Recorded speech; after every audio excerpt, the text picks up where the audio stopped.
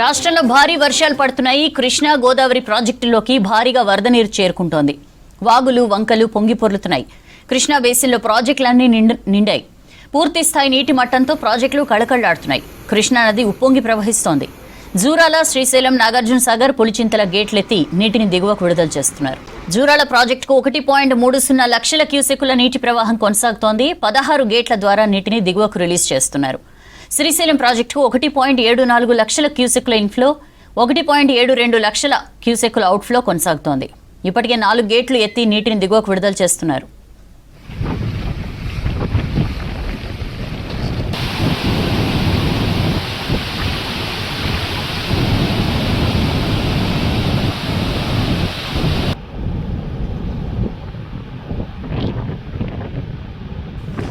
దీనికి సంబంధించి డీటెయిల్స్ తెలుసుకుందాం. శ్రీశైలం మనతో లైవ్ లో జాయిన్ అవుతున్నారు. శ్రీశైలం ప్రాజెక్టులన్నీ కూడా నిండు కుండల్లో మారే, ఏంటి సిచ్యుయేషన్ చెప్పండి.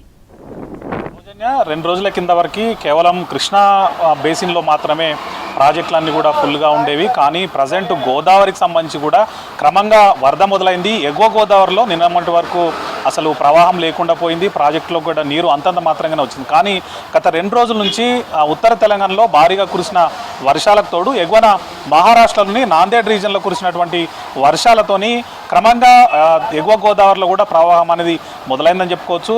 ప్రజెంట్ శ్రీరామ్ సాగర్ ప్రాజెక్టుకు 2 రోజుల కింద కేవలం 13,000-10,000 క్యూసెక్ల ఇన్ఫ్లో మాత్రమే ఉండేది. కానీ ప్రజెంట్ దాదాపు 90,000 క్యూసెక్ల ఇన్ఫ్లో అనేది శ్రీరామ్ సాగర్ ప్రాజెక్టుకు వచ్చి చేరుతుంది. దిగువన పులిచింతల కింద ఉన్నటువంటి మేడిగడ్డకు కానీ అదేవిధంగా కింద ఉన్నటువంటి ప్రాజెక్టులు అన్నిటి కూడా భారీగా ప్రవాహం ఉండింది. కానీ ఎగువన ఉన్నటువంటి గోదావరికి మాత్రం అసలు ప్రవాహం లేని పరిస్థితి ఉంది. ప్రాణహిత నది కలిసిన తర్వాత గోదావరి ఉగ్రరూపం దాల్చి దాదాపు 3 లక్షల పైన క్యూసెక్లతో దిగువకు ప్రవహిస్తూ వస్తుంది. మేడిగడ్డ దగ్గర ఇప్పటికే గేట్లన్నీ కూడా ఎత్తి ఉంచారు. దీంతో ఆ నీరంతా కూడా దిగువకు వెళ్ళిపోతుంది. ప్రాణహిత ఎగువన శ్రీరామ్ సాగర్ ప్రాజెక్టు మనకు ప్రధానంగా ఉంటుంది. ఉత్తర తెలంగాణ జిల్లాలన్నిటి కూడా ఇదొక ప్రాణధారగా ఉంటుంది. ఆ ప్రాజెక్టులోకి 2 రోజుల కింద ఎట్లాంటి ప్రవాహం అనేది లేకుండా పోయింది. దీంతో నీటి మట్టం కూడా పెరగడం అనేది అంతంత మాత్రంగానే ఉంది. కానీ 2 రోజుల నుంచి భారీగా ప్రవాహం వస్తుంది. ఈ రోజుకి అది మరింత పెరిగింది. దాదాపు 90,000 క్యూసెక్ల ఇన్ఫో ప్రజెంట్ అందులో చేరుతుండగా 51 టీఎంసీల నీరు అనేది ప్రజెంట్ అందులో నిల్వ ఉంది. దాని సామర్థ్యం 80 టీఎంసీలుగా ఉంది.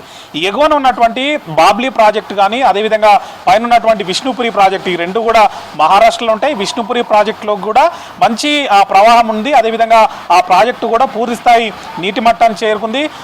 దిగువన ఉన్నటువంటి బాబ్లీ ప్రాజెక్టు గేట్లు అనేవి ఎత్తి ఉంచారు. ప్రతి వర్షాకాలం సీజన్లో బాబ్లీ గేట్లు సుప్రీంకోర్టు ఆదేశాల ప్రకారం ఎత్తుతూ ఉంటారు. దీంతో ఎగువన ఉన్నటువంటి గోదావరిలో అంటే బాబ్లీ పైన కానీ ఎట్లాంటి వర్షం కురిసినా ఆ నీరంతా కూడా శ్రీరామ్ సాగర్ ప్రాజెక్టులోకి వచ్చి చేరుతుంది. కానీ గత కొద్ది రోజులుగా ఎట్లాంటి వర్షం లేకపోవడం, మహారాష్ట్రలో కూడా నాందేడ్ రీజన్ ఎగువన ఉన్నటువంటి ప్రాంతాల్లోనే వర్షం ఉండడంతో బాబ్లీకి కానీ బాబ్లీ దిగువకు కానీ గోదావరి నదిలో ప్రవాహం అనేది లేకుండా పోయింది. దీంతో అటు గోదావరి నది ఇటు మంజీరా 2 కలిసి మన రాష్ట్రంలోకి కందకుర్తి దగ్గర నిజామాబాద్ జిల్లాలో గోదావరి నది ఎంటర్ అవుతుంది. కానీ అక్కడ కూడా ఎట్లాంటి ప్రవాహం లేకపోవడంతో ఇటు మంజీరా గోదావరి నదిలో ప్రవాహం లేకుండా పోయింది. కానీ 2 రోజుల నుంచి ఇటు మంజీరా కానీ అటు గోదావరి కానీ పరవలు తొక్కుతుంది. దీంతో ఎగువ గోదావరిలో కూడా మంచి ప్రవాహం కనిపిస్తుంది. ప్రజెంట్ గోదావరి నది అక్కడ కూడా కలకల్లాడుతున్నటువంటి పరిస్థితి ఉంది. ఇటు మంజీరా నది మీద ఉన్నటువంటి సింగూరు డ్యాముకు కూడా ప్రవాహం వచ్చి చేరుతోంది. అదేవిధంగా మంజీరా డ్యాముకు కూడా ప్రవాహం వచ్చి చేరుతోంది. దీంతో మంజీరా పరివాహక ప్రాంతంలో కురిసినటువంటి వర్షాలకు తోడు ఎగువ నుంచి వస్తున్నటువంటి నీటితోని ఆ ప్రాజెక్టులో కూడా జలకళ సంతరించుకుంది. ఇటు శ్రీరామ్ సాగర్ ప్రాజెక్టుకు కూడా ప్రజెంట్ నీటి ప్రవాహం వస్తుండడంతో ఆ ప్రాంతవాసులందరూ కూడా అటు ఉన్నటువంటి అన్నదాతలు కానీ దిగువన శ్రీరామ్ సాగర్ ప్రాజెక్టు ఆయకట్టు రైతులంతా కూడా సంతోషం వ్యక్తం చేస్తున్నారు. మరోవైపు దిగువ గోదావరి అంటే ప్రాణహిత నది కలిసిన తర్వాత కూడా భారీగా ప్రవాహం వచ్చి చేరుతుంది. ఒకసారి మనం చూసినట్లయితే ఎగువన ఉన్నటువంటి శ్రీరామ్ సాగర్ ప్రాజెక్టు తోరు దిగువన ఉన్నటువంటి అన్నపూర్ణ కానీ అదేవిధంగా సీతమ్మ సాగరు, సమ్మక్క సాగరు, లక్ష్మీ బ్యారేజు, అదేవిధంగా సరస్వతి బ్యారేజు, పార్వతి బ్యారేజ్కి ప్రవాహం లేదు. కానీ లక్ష్మీ బ్యారేజ్తో పాటు సమ్మక్క సాగరు, సీతమ్మ సాగర్ ఈ బ్యారేజ్లకు లక్షల క్యూసెక్ల ఇన్ఫ్లో వస్తుంది. ఆ నీరంతా కూడా దిగువకు వెళ్ళిపోతుంది. మేడిగడ్డ దగ్గర మనం 85 గేట్లు ఉంటాయి. ఆ గేట్లన్నీ కూడా ఎత్తి ఉంచడంతో నీరంతా కూడా దిగువకు వెళ్తుంది. ఇక కృష్ణా పరిధిలో మనం మొదటి నుంచి కూడా చూస్తున్నాం, ఈ సీజన్ అంటే వర్షాకాలం సీజన్ ప్రారంభం నుంచి కూడా జూరాల ప్రాజెక్టుకు భారీగా ప్రభావం వస్తూనే ఉన్నది.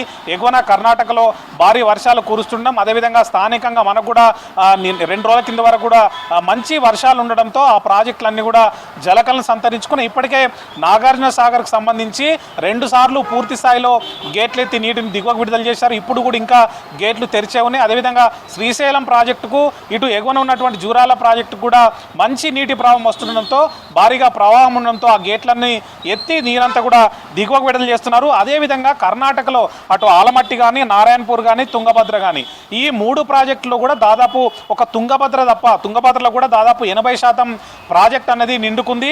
అదేవిధంగా ఆలమట్టి, నారాయణపూర్ ఈ ప్రాజెక్టులన్నీ కూడా పూర్తి స్థాయి నీటి మట్టంతో కలకలాడుతున్నాయి. దీంతో ఎక్కువైనటువంటి నీరంతా కూడా దిగువకు వదులుతుండడంతో అవి నేరుగా జూరాల ప్రాజెక్టులోకి చేరుకుంటున్నాయి. జూరాల నుంచి శ్రీశైలం ప్రాజెక్టులోకి 1,00,000 క్యూసెక్ల పైగా నీరంతా కూడా వదులుతుండడంతో ఆ నీరంతా కూడా శ్రీశైలంలో చేరుతుంది.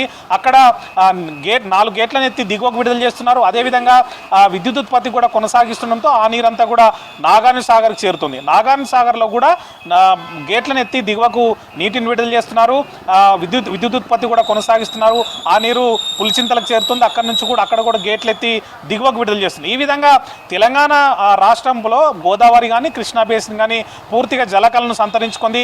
కేవలం నదులే కాదు, వాగులు వంకలు కూడా పొంగి పొర్లుతున్నాయి. చెరువులన్నీ కూడా చాలా చోట్ల కూడా అలుగు పారుతున్నాయి. దీంతో గొలుసుకట్టు చెరువులన్నీ కూడా పూర్తిగా నిండుతున్నాయి. ఎక్కడైతే గేట్లను ఎత్తినటువంటి పరిస్థితి ఉందో ఆ ప్రాజెక్టులన్నీ పరివాహక ప్రాంతాల్లో అక్కడ ఉన్నటువంటి దిగువన్నటువంటి ప్రజలందరినీ కూడా హెచ్చరికలు జారీ చేశారు. ఎవరు కూడా చేపల వేటకు వెళ్ళడం కానీ లేకపోతే ఆ పరివాహక ప్రాంతంలోకి వెళ్లకుండా ఉండాలని చెప్పి అధికారులు హెచ్చరికలు జారీ చేశారు. దాంతోపాటు పశువులు కానీ ఇటు గొర్రెలు మేకల కాపర్లు ఎవరు కూడా అటువైపు వెళ్ళొద్దు, ఎందుకంటే గేట్లను ఎత్తి దిగువకు నీటిని విడుదల చేస్తున్నాం కాబట్టి ఎవరు కూడా ఆ పరివాహక ప్రాంతంలో ఉండొద్దని కూడా చెప్తున్నారు. మరోవైపు ఈ ప్రాజెక్టులు కానీ ఇటు ఉన్నటువంటి మిగిలిన రిజర్వాయర్లన్నీ కూడా పూర్తిగా నిండుకోవడంతో తెలంగాణ ప్రాంత ప్రజలు అదేవిధంగా రైతులందరూ కూడా సంతోషం వ్యక్తం చేస్తున్నారు. సౌజన్య.